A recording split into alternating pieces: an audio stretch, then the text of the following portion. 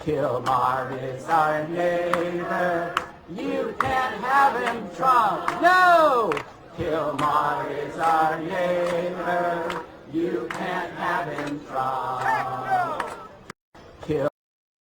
Okay, so this was the chant. You know, the clergy has gathered. They said the magic words.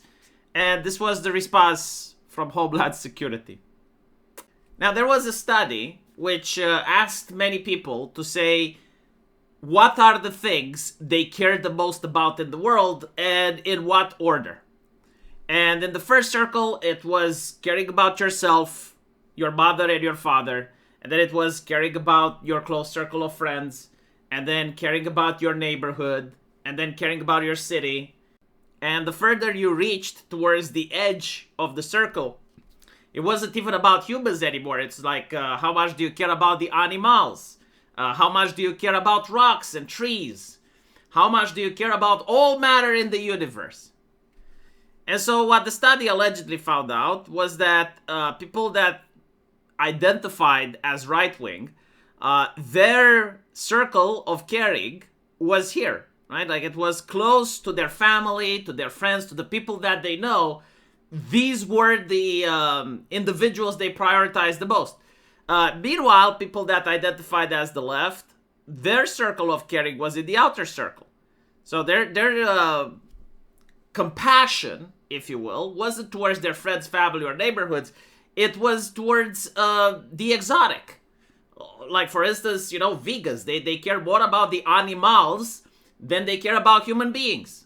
Environmentalists, they care more about the Colorado bug than they care about creating a famine in their own country. And so, you know, you have people that care more about immigration than they care about the crime in their cities. And we actually discussed the previous video where Asmongold was baffled by a woman in Chicago who got carjacked and injured, and her response was to beg Donald Trump not to come to Chicago. Because, like, she doesn't need Donald Trump. She doesn't need law and order. Like, she's fine living with the carjacking. And so this creates a huge problem. It's like if you have a city where there's a lot of crime, but the victims of the criminals are fine with the situation. And they're actually saying, you know what, we want to live this way. Like, what do you do then, right? Like, if they're the majority of people, if they're more than 50%, like the criminals and the victims that like to be victimized, and they're basically saying, no, this is the status quo. This is how we want to live. In fact, like, if you come here and you go against our way of life, that's what we don't want. And so, you know, it begs the question, like, how do you organize a society where, like, the victims want to be victimized? Right? Like, in this situation as well, you have a person that committed a crime, and people are like, no, like, the punishment of that person is the wrong thing.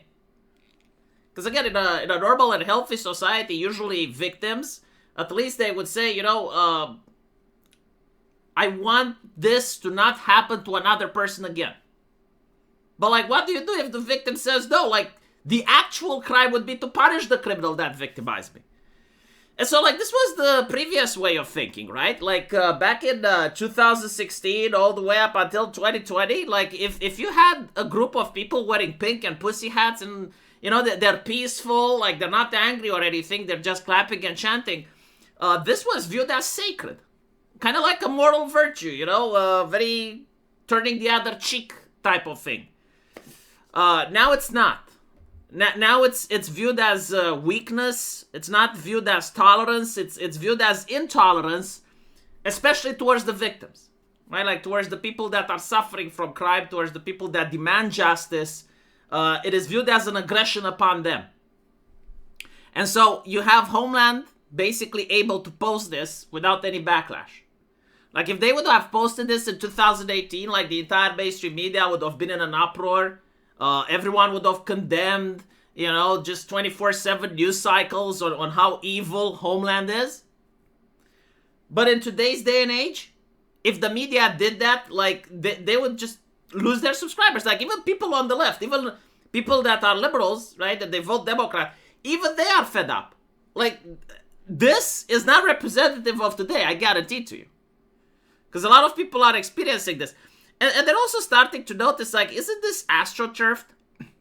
Like, they're all wearing the same uniforms. They're all on the similar age.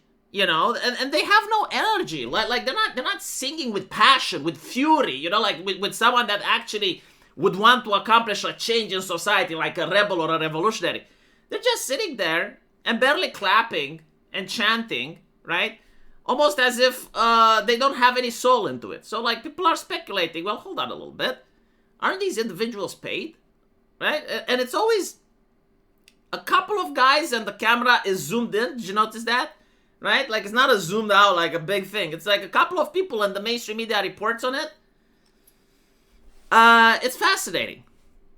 And so, the thing that I want to say is that the White House posting this meme, Homeland Security, posting this meme. It shows that culture does matter. It shows that the people that are in government actually listen to culture. They actually know what's being discussed. And so, like, the culture that we create isn't for nothing. Like, if it actually resonates, if it actually gathers people, then yes, like, it can become national policy. Now, obviously, you know, like, this that doesn't mean anything besides the fact that it shows that there are people within Homeland Security that think like you. Like, they share your ideas, or at least they care enough in order to post this so that they show that, yeah, they know. They know, they're aware. And this is why I think wokeness is on its way out. I'm not saying that wokeness is gone. It will never be gone. Right? Because there's always going to be a two-party system, and there's always going to be, like, people who favor immigrants and whatnot. But in this current form, where you talk about identity politics, and you talk about, you know, cisgender, hetero, white people and all that, yeah, I think that's gone. I will be surprised if I see Democrats next elections use any of the buzzwords and any of the terms that they blacklisted. I think that madness and that nonsense is gone. But of course, it will be replaced by something else. Like, obviously, you know, they're not going to run out of a platform. Like, at the end of the day, immigration is a good grift, and someone has to make money off of it. And to be honest, right-wingers kind of like illegal immigration as well. Because, like, if they wouldn't have it, what would they platform on, right? Like, they need talking points. The Democrats do the same. Like, for instance, when it comes to gay marriage. They could have codified it into law, just like abortion. Like, if they wanted, they could have codified abortion into law when Obama had the White House and he had the Senate and the House. And the reason he didn't do it is because it's like, well, it's a good talking point, right? It's a good campaign talking point. And so it's with immigration. Like, you'll always have this thing where politicians discuss. But, you know, here in Eastern Europe, we have a saying. It's like, okay, corruption gets to happen. Because it's human nature. You can't really fight against corruption. It's intrinsically tied to humanity. Every institution is going to have corrupt individuals. But there is a limit. And what Joe Biden did with immigration, I think it goes way over that limit. And so now right-wingers have to react. Even if, like, they prefer a little bit of immigration here and there so that they have talking points and so that maybe they can get a little bit on the grift, like some of them do. But it was a little bit too much. Way too much. And so now it's going to be dialed back a lot more than it would have been if Joe Biden didn't become president. That's my take, though. Let me know what you think. There's a new video coming up, and I'll see you guys in the comment section. Take care.